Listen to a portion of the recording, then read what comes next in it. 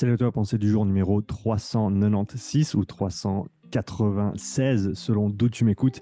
Déjà pour commencer, je te souhaite une très très belle année 2023. J'espère que tout s'est bien passé pour toi durant les fêtes et ce beau réveillon. Et ben voilà, on est le 3 janvier, c'est parti pour une nouvelle tournée de pensée du jour et de vidéos. Donc petit update déjà pour la chaîne et pour l'année. Je vais avoir plus de temps à dédier à toute la production de contenu que je fais depuis un petit moment déjà, mais que je faisais sous contrainte de temps, dans le sens où j'avais beaucoup d'activités à côté. Alors, j'arrête pas mes activités, bien sûr, je continue ce que je fais, mais je vais me focaliser principalement sur les quelques suivis à distance que j'effectue en individuel, les séminaires en présentiel, les profilages physiologiques en présentiel et également toutes les formations et tous les programmes en ligne que j'ai déjà mis à disposition et qui seront suivis par d'autres durant l'année, bien sûr. Et donc, en parallèle à ça, je vais continuer avec tout ce qui est du contenu. Donc, je me réjouis de pouvoir continuer à échanger avec toi au travers de ces petites vidéos. Donc, on attaque tout de suite aujourd'hui avec une question que j'ai reçue assez fréquemment et du coup, je vais y répondre maintenant. Elle concerne la cadence à utiliser en zone 2 sur le bike erg.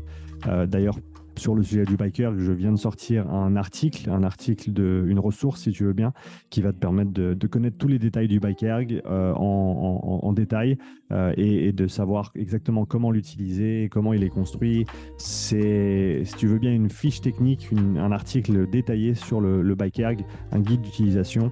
J'ai également effectué ou enregistré plusieurs vidéos pour cet article. C'est un article gratuit qui est disponible sur mon site web upsidestrength.com. Donc, je t'invite à aller regarder le blog là-bas. Je t'ai mis le lien directement dans la description, bien sûr. Et donc, sur le sujet de la cadence du bike erg, quelle cadence utiliser sur le bike erg, de manière générale, je pense que il faut se dire que la coordination qui est nécessaire pour exprimer une certaine cadence, elle est intéressante à développer.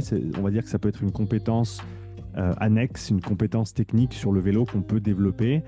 Mais de manière générale, quand tu fais des entraînements sur le vélo, donc encore une fois, de manière générale, je dirais que entre 80 et 100 tours minutes ou 80 et, je vais peut-être même pas dire 100, je vais peut-être dire plutôt, non, 100 ça me va parce que sur les efforts très intenses et très courts, je pense que ça vaut la peine d'être un petit peu plus haut. On va dire, ok, je vais le reprendre du début, on va le faire, on va dire zone par zone. Je pense qu'à basse intensité, en zone 1-2, ça vaut la peine d'être autour des 80 ou 85 tours par minute, 80-85 tours par minute en termes de cadence. Ça peut paraître haut pour certains.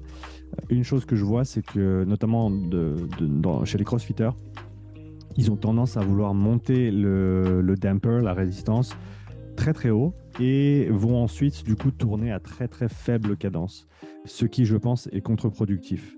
Donc ce que je recommanderais, c'est pour la plupart des gens qui font leur basse intensité en bike erg, c'est de baisser le damper, de baisser la résistance et d'effectuer, on va dire d'avoir comme cible les watts d'abord, donc la puissance souhaitée.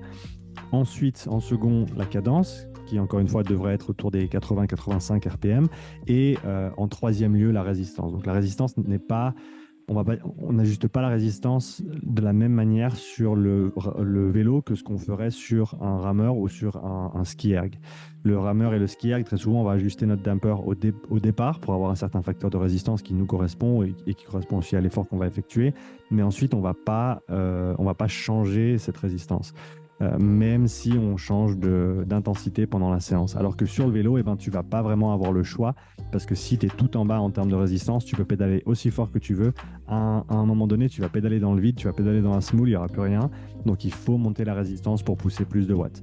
À l'inverse, eh ben, si tu veux tourner à des watts qui sont bas, mais que tu mets ton damper à 10, eh ben, ça va simplement pas fonctionner. Donc voilà, ce que je recommande à basse intensité, en zone 2, vu qu'on parle de ça, mais je parlerai des autres intensités juste après.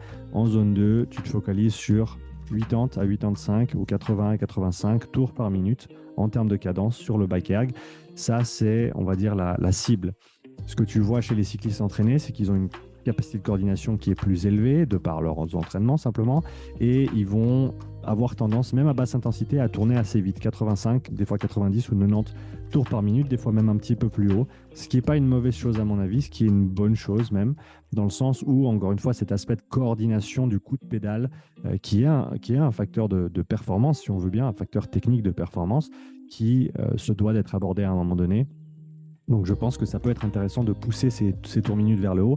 Mais si tu as l'habitude de faire ta basse intensité avec un damper qui est haut et du coup une cadence qui est basse autour des 60 ou 70-70 tours par minute, et ben déjà baisse ta résistance, monte ta cadence au-dessus de 80 et commence avec ça. Sur des efforts plus courts et plus intenses, moi j'aurais tendance à tourner plus dans les 95, 100, 105 tours par minute ou 95, 100, 105 tours par minute. Donc, par exemple, sur les tests de 3 et 12 minutes que je fais faire aux athlètes qui viennent me voir pour des profilages, le 3 minutes, je recommande en général entre 100 et 105 tours par minute parce que sur un 3 minutes, ta résistance va être quand même très élevée, tu vas pousser pas mal de watts et du coup, voilà, il faut que ça tourne quand même. Tu vas avoir beaucoup de difficultés si tu essaies de faire un effort comme ça à 60 ou 70 tours minute. Donc pour plus l'effort est court et plus les tours minutes vont être hauts. Et la limite supérieure de tout ça, je dirais que c'est entre 120 et 130 tours par minute. Quand tu es en plein sprint, quand tu es en sprint max, pour ceux qui ont fait le programme Power, ben, ils savent de quoi je parle. Quand tu fais des sprint max, idéalement, à ton pic de puissance, tu devrais être en dessus de 110 tours par minute. Si tu es en dessous, il y a des chances que tu laisses un petit peu de watts sur la table, il y a des chances que tu en aies encore un petit peu sous la pédale. Donc, l'idéal, c'est de trouver pour les sprints une résistance qui te permette d'exprimer en tout cas 110 tours par minute à ton pic de puissance, entre 110, 120, voire même 130 pour ceux qui arrivent à coordonner ces mouvements-là. En gros, ça va être très lourd au départ de ton sprint parce qu'il faut bouger la roue, il faut vaincre l'inertie. Mais ensuite, tu vas pouvoir dérouler et tu vas pouvoir vraiment accélérer au niveau de ta cadence de pédalage. Et donc, c'est dans cette optique-là que j'utiliserai ces cadences élevées. À l'inverse, pour les cadences plus basses, eh ben, il y a des cas un petit peu plus précis, on va dire, où il y a des cas un petit peu plus particuliers où on utiliserait une cadence qui est basse. Tu peux utiliser des blocs de cadence basse dans de la zone 2. Donc, rester à tes watts cibles ou à ton intensité cible.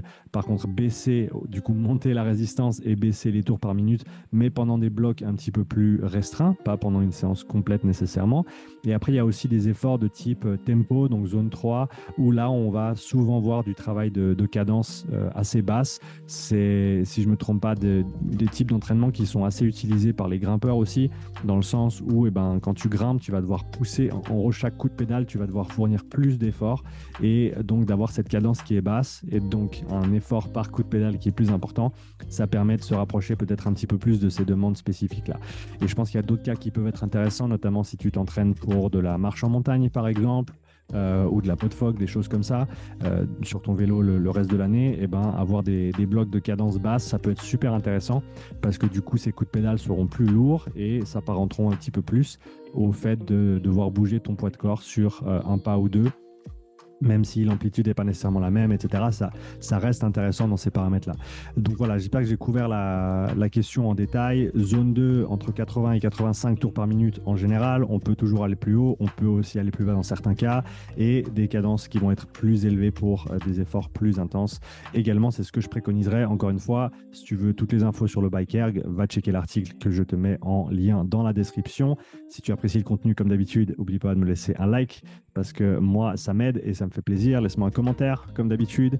Je me ferai un plaisir de te répondre. Et sur ce, je te dis à bientôt pour une nouvelle pensée du jour. Ciao.